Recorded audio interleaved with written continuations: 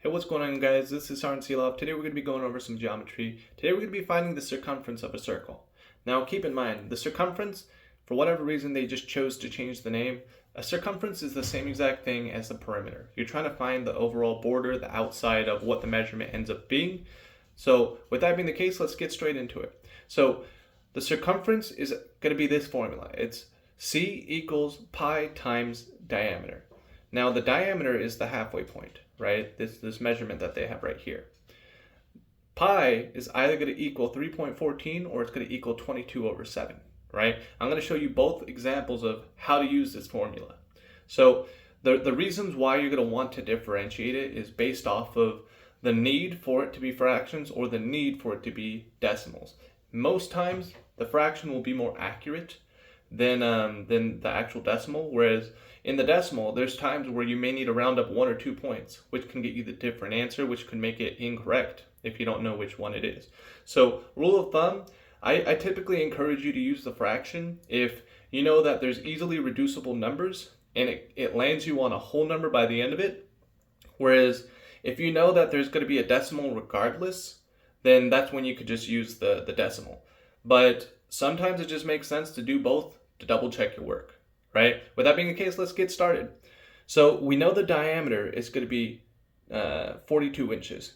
And we know that pi is going to either equal 3.14 or 22.7.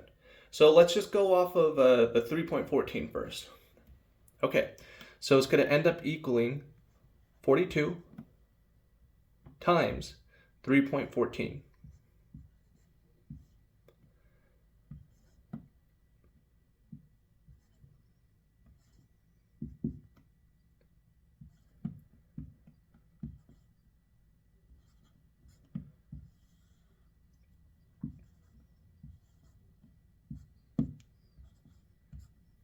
One, two. So that gives us C equals 131.8. Right?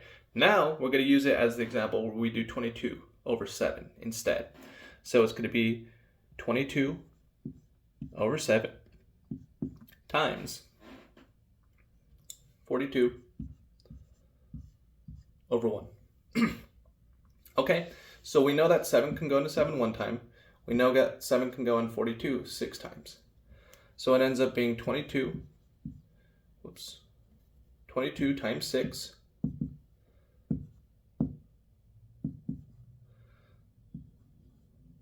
That leaves you with 132, right? So in the fraction form, C equals 132 inches, right? So this is exactly what I mean when I say it made more sense to use the fraction in this form because it gave you 132 inches exactly. Whereas here, it equals 131.88, so you would have known to round up. Now, the reason why I say it's important to kind of do both to double check your work sometimes is because you don't know whether you're going to round up 1 or 2 numbers, right? So that's why doing both can always just make it safe versus sorry and make sure that you get the correct answer. But that's going to be how you get the circumference or perimeter of a circle. It's just C equals pi times diameter.